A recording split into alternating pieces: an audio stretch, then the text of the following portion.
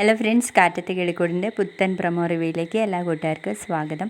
അങ്ങനെ നിധിയും സുധീഷും കൂടി സുഭാഷ് കെട്ടാൻ പോകുന്ന ആ പെണ്ണിനെ ചെന്ന് കാണുകയാണ്. എന്നിട്ട് നിധിയുടെ എല്ലാ സംശയങ്ങളും അവിടെ വെച്ച് തീർക്കുകയാണ് കേട്ടോ.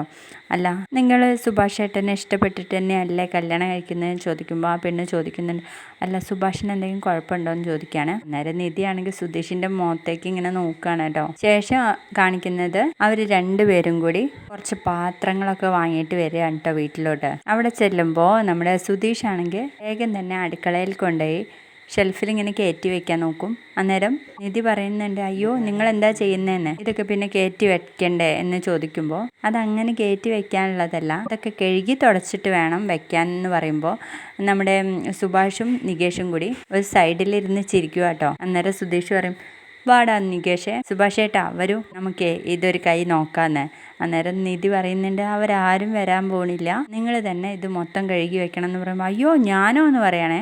അങ്ങനെ സുധീഷ് കഴുകുന്നത് നോക്കി ചിരിച്ചുകൊണ്ടിരിക്കുകയാണ് കേട്ടോ സുഭാഷ് ഏട്ടൻ. ശേഷം കാണിക്കുന്നത് നമ്മുടെ ഹരീഷുമായിട്ട് ഒന്നും രണ്ടും പറഞ്ഞ് തെറ്റുന്നുണ്ട് നീതു. അപ്പോൾ നീതുവിൻ്റെ റൂമിലേക്ക് നീതുവിൻ്റെ ഏട്ടൻ വരുന്നുണ്ട്. എന്നിട്ട് പറയും, നിങ്ങളുടെ പ്രേമൊന്നും അധികം മുന്നോട്ട് പോകത്തില്ല, അതൊക്കെ പൊട്ടാൻ വേണ്ടി പോവില്ല എന്ന് പറയുമ്പോഴേക്കും നമ്മുടെ നീതുവിന് അത് സഹിക്കാൻ പറ്റായിട്ട് അയാളെ പിടിച്ച് റൂമിന് വെളിയിലേക്ക് തള്ളുന്ന ഒരു ഭാഗത്തോടെ ഇന്നത്തെ പ്രൊമോ കഴിഞ്ഞേ.